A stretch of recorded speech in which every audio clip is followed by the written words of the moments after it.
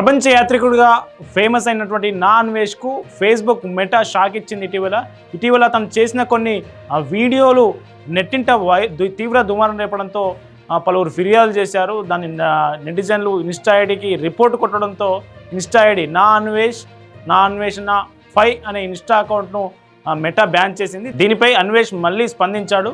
మరో Insta account open చేసి అందులో తన రియాక్షన్ వీడియో రిలీజ్ చేశాడు. ఇన్స్టాగ్రామ్ ఛానల్ పోయినందుకు నాకేం బాధ లేదు.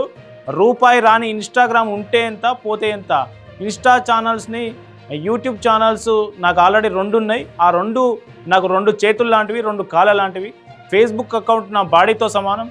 ఎన్ని అకౌంట్లు బ్యాన్ చేసినా వీడియోలు చేయడం ఆపను. అన్ని బ్యాన్ చేసినా వాటన్నిటిని నడిపించే నా బుర్రనేం చేయలేరు. ఒక చేతిని విరిగొడితే ఇంకో చెయ్యి 2 కాళ్ళతో ముందుకు వెళ్తా. రెండో చెయ్యి పోతే 2 కాళ్ళు కూడా తీసేస్తే బాడీతో పాక్కుంటా ముందుకు వెళ్తా. దాన్ని కూడా తీసేస్తే నా బుర్రే ఆయుధంగా పనిచేస్తుంది. ఎవరెన్ని చేసినా నేను చేయాల్సింది చేస్తా. ఇన్స్టాలో ఎలాంటి ప్రమోషన్స్ లింకులు ఇవ్వలేదు, అయినా బ్యాన్ చేయించారు. 2026లో బత్తాయిలకు నరకం చూపిస్తా.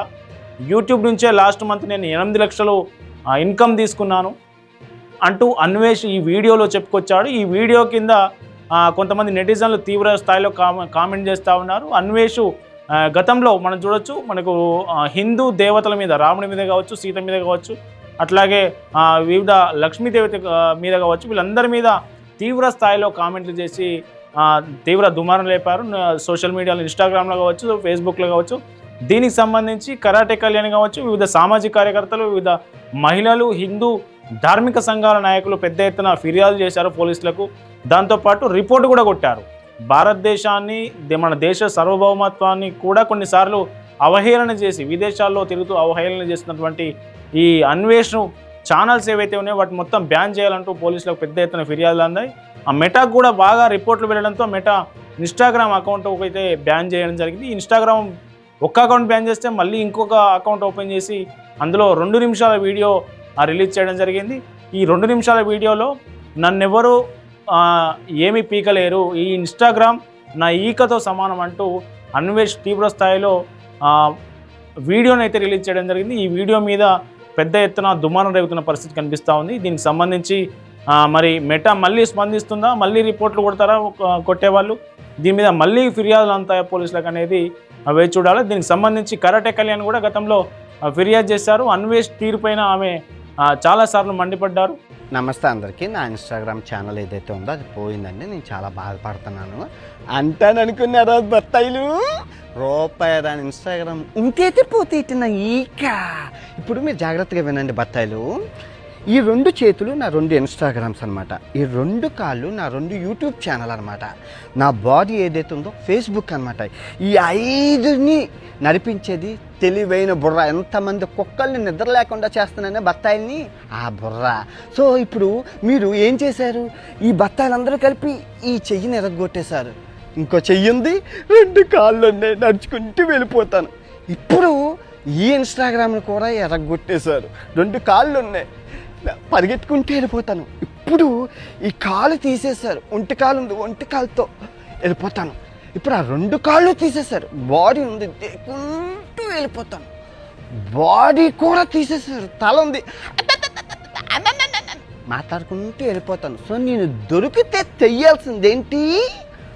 అలా సంభాజీ మహారాజ్కి ఎగురుతుంది కదా తల, అలా ఎగరాలన్నమాట. నేను ఎవరిని దేకనని తెలిసి ఇన్స్టాగ్రామ్ పోయింది, అది పోయింది, ఇది పోయింది. పనికొచ్చే పనులు చెయ్యండి రా. నాకేమైనా ఉపయోగం ఉందా ఇన్స్టాగ్రామ్తో? నేను ఏమైనా ప్రమోషన్స్ చేశానా, ఏదైనా లింక్ ఇచ్చానా, నేను ఎవరినైనా మోసం చేశానా? నాకెందుకు ఇన్స్టాగ్రామ్ ఫాలోవర్స్ ఉంటే ఏంటి, పోతే ఏంటి? అది ఇంపార్టెంట్. యూట్యూబ్ లాస్ట్ మంత్ 8 లక్షల బ్యాంక్ బ్యాలెన్స్ నుంచి ఎంత 1,09,00,000 లాభమా? అది ఇన్స్టాగ్రామ్ ఉంటే ఎత్తి పోతే ఏట. ఇదిగో వినాయకుడి మీద ప్రమాణకం చేసి చెప్తున్నాను, 2026 బత్తాయిని క్షమించేదే లేదు. సత్యం అల్లా కూడా చెప్పిండా. నిద్ర లేనివ్వను, మీకు నిద్ర పట్టదు. 2026 నరకము చూపిస్తాను, నరకము. నేను ఎవరిని దేకను. ఫస్ట్ ఆఫ్ ఆల్ నేను ఎవరిని దేకను. నువ్వు గుర్తుపెట్టుకో. నాకు కావాల్సింది ఏంటి? ఆరోగ్యం. అది చూడు, ఆరోగ్యమే మహాభాగ్యం. వీళ్ళందరూ పోతే ఉంటేట్రా, మనుషులే ప్రాణాలే పోతున్నాయ్యా.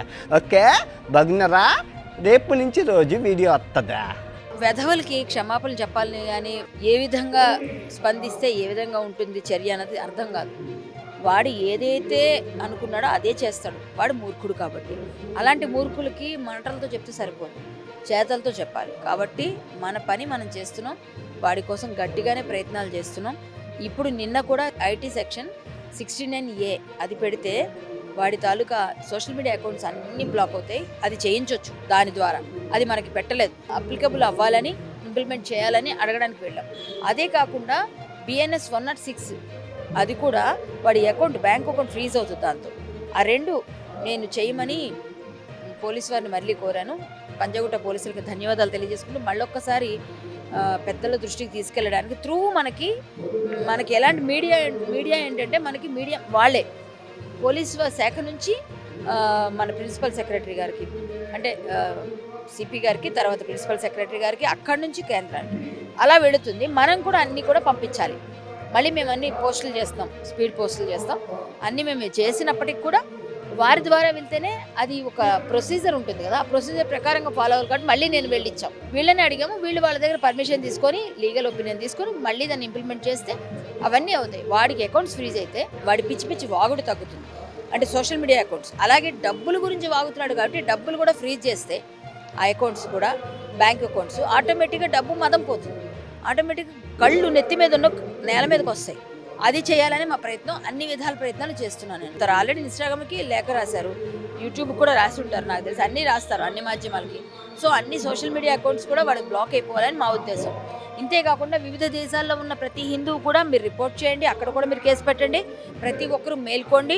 ఇప్పటికే నాకు చాలా దేశాల నుంచి కాల్స్ వస్తున్నాయి, వాళ్ళతో నేను మాట్లాడుతున్నాను, కంటిన్యూగా వాళ్ళతో నేను ర్యాపో మెయింటైన్ చేస్తూ మాట్లాడుతూనే ఉన్నాను. ఎందుకంటే వాడు అక్కడ కూడా ఖచ్చితంగా వాడి గురించి కేసులు అయితే ఆటోమేటిక్గా ఏమంటారు దాన్ని, కంప్లైంట్లో వెలుగు రావాలి.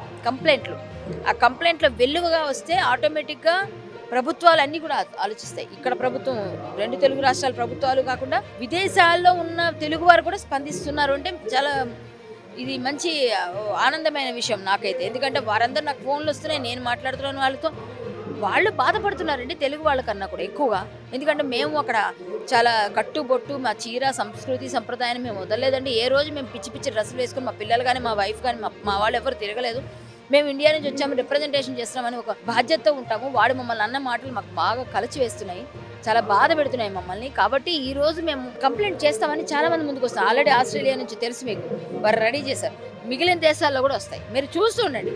వాడు అన్ని దేశాల్లో వాడి మీద ఎలాంటి అంటే వ్యతిరేకత ఉందో మీరు కొద్ది రోజుల్లో చూస్తారు. వాళ్ళు కూడా మమ్మల్ని, నన్ను ఒకటే అన్నారు, మీరు చేసిన పని మంచి పని, మీరు చేసిన దానికే మాకు ఉత్సాహం వచ్చింది, మేము చేస్తాం అని వాళ్ళందరూ కూడా వాళ్ళందరూ ఎలా అయినా ప్రయత్నం చేసి వాళ్ళు కూడా చేయిస్తే, ఇక్కడ ఈ తెలుగు రాష్ట్రాల్లో ఉన్న ప్రజలు అక్కడ అందరూ కలిస్తే వాడు ఇంకా ప్రపంచ యాత్రికుడు అన్నాడుగా, ప్రపంచ యాత్రికుడికి ప్రపంచం అంతా కూడా శత్రువులు ఉన్నారు. నీకోసం ఇంత బాధ ఉంది, ఇంత బాధపడుతున్నారు, ప్రపంచం అంతా కూడా బాధపడుతున్నారు. యాత్రికుడు కానీ వెళ్తావు కదా, ఏ దేశానికి వెళ్తావు అక్కడే నిన్ను అరెస్ట్ చేయిస్తారు అన్నది వాడికి అర్థం కావాలి. అదే నా ప్రయత్నం.